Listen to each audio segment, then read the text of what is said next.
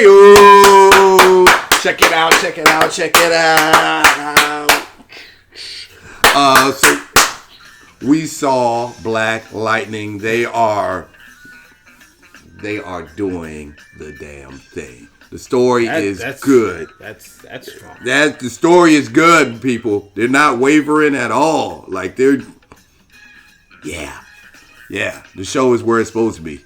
It's where it's supposed to be. And the last act of it right there just made me say, yep, I need to keep watching this show because I can't wait to see what happens next. Yeah, it's all coming together now. The story's all coming together, and it's about to be payback. It's time for this occupation to end. Yeah. It's gonna be good. What you think? It was a decent episode.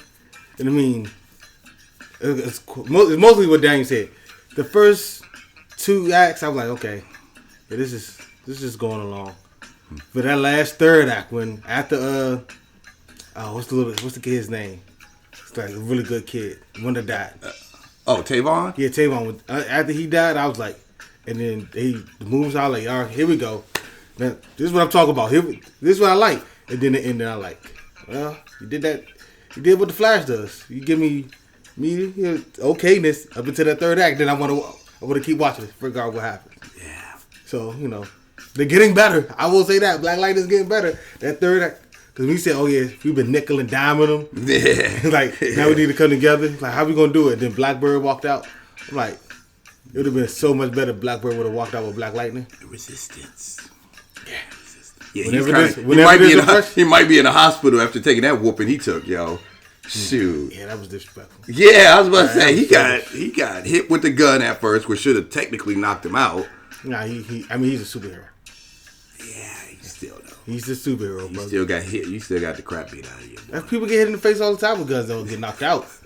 They don't knock you out. You don't.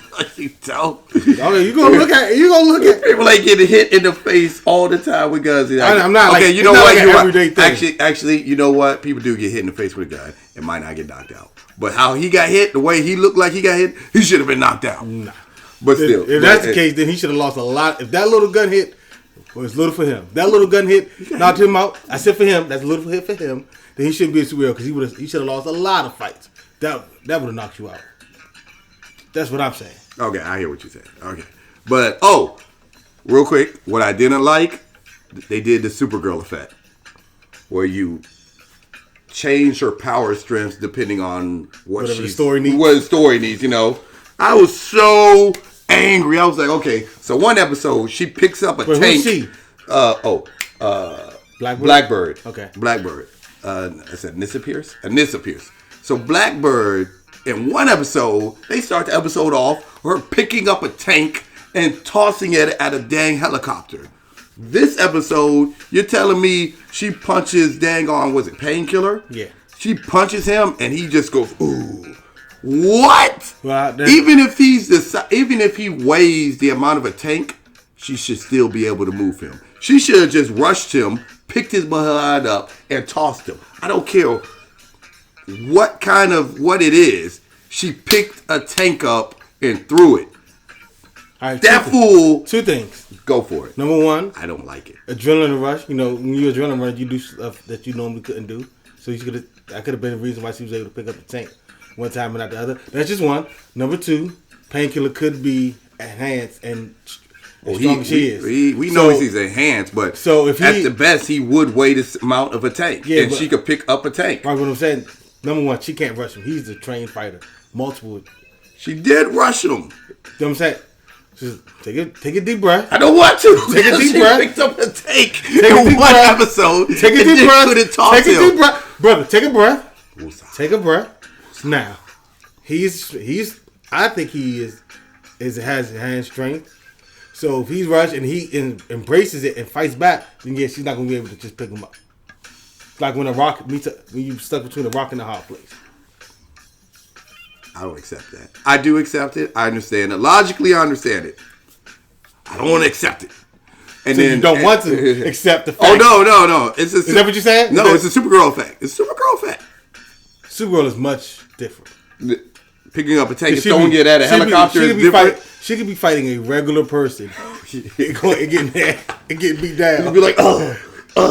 They'd be like, what are you doing, yo? But then in the Chrysler, she's taking down aliens single handed. Yeah. So flinging that one's abnormally disrespectful. This one you can write some stuff like he is strong as she is and stuff like that. You can try to write it off and everything. Okay, all right then. It's two very different. What do you think happened with Jennifer Pierce when she went and met up with the guys? I don't know if she killed him, but yeah, that's what I was wondering. I was like, I tell you right now, they'll never be the same. I don't know if she's dead or not, but they'll never be the same. I tell you that. Yeah. They'll never be the same. And the kid she goes to high school with, Brandon, what do you think his powers are? Like, I don't know if it's absorbing energy or like a conductor. I'm not sure. Yeah, I didn't either, yo. Like, I was just, wow, my goodness. I was watching that, I was like, I knew he had something, a secret behind him. Like, the whole time, I was like, I knew he had a secret. Because I was like, he was looking at everybody else's. He saw her power. I know he saw the dad's eyes glow blue. Because he was standing right beside her when she looked. So I'm sitting there like, all right. I know he saw her eyes glow. Oh, he definitely saw that. And he just came out of the blue. He just came out of nowhere, and his family was trapped in the occupation. Like, I was like, wait, something ain't right. And they keep showing him. There's a secret behind him. And now we know. He's a meta. Obviously, he's a meta. What else there is to know, we don't know yet. But we'll find out. Now, the question is he a meta that was inserted by the ASA to keep an eye on her? Oh, that's sneaky. I know. No good bum. Yeah. I know. Makes the show even better now. Because now he could be a traitor. As if they do it. The show is getting better every episode. It seems like to be a thing with CW shows. Like, it can a lot of them start off poorly, and they just seem to gradually get better by the end. And they're like, okay, you're like, by the end, you're like, was this a good season or not? No, yes, it was. You got good. No. Come on, it's not been good. Yeah. It's calming down. Yes, it has. We all know that. I don't agree with that. You don't agree. So it's been bad, poor. All right, good.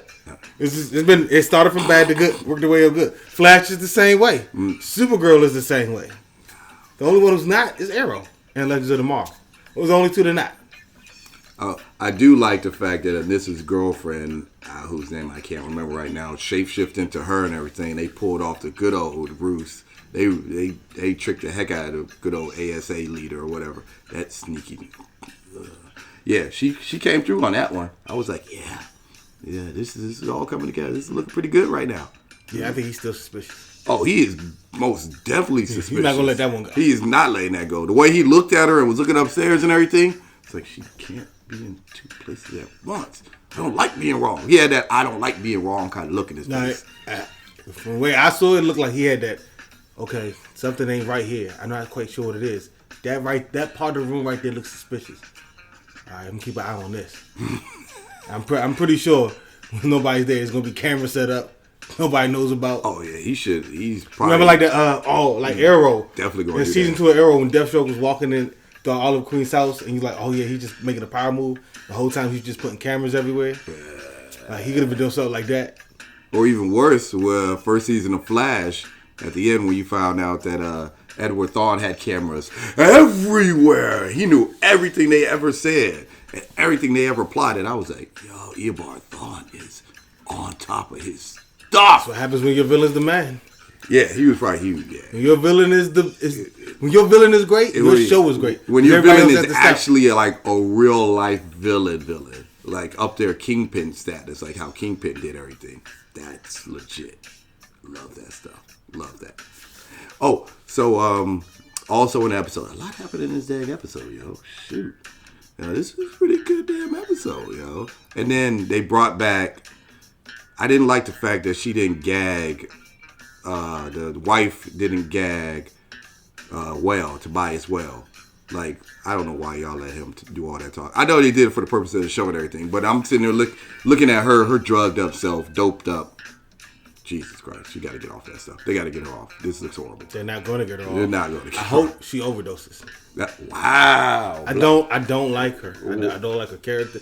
She, as an actress, is probably fine.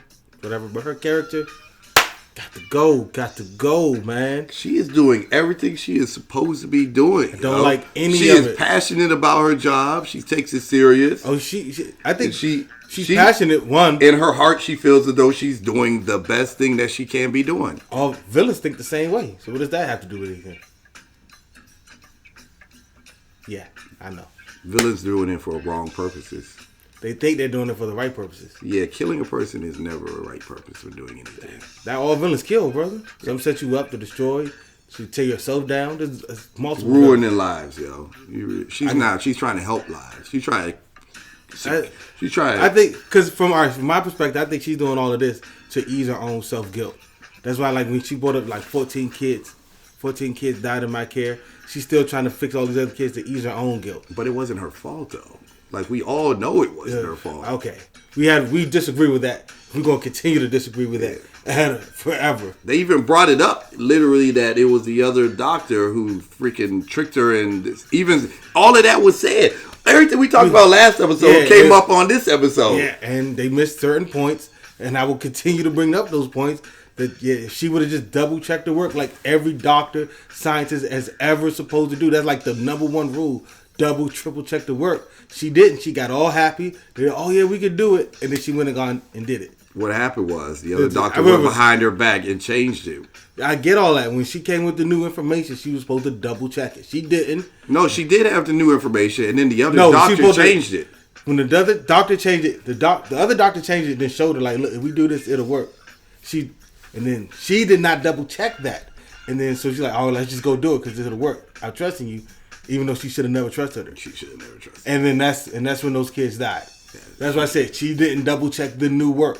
When the doctor came to like, oh yeah, this will work. She just went up. She went go home. That's why I say it's her fault. You're the leader. That's on you. But she lied still. And I get all of that. I get all of it. She's not 100% of the blame. I'm not saying she is, but she is a good part of the blame. And she would have did her part. A lot of those kids probably wouldn't have died. That's what I'm saying. Okay. All right. So the next, and that's why she's trying to ease her guilt. That's why she's keep doing all this stuff and putting all her time and effort in kids and really pushing her family all to the side.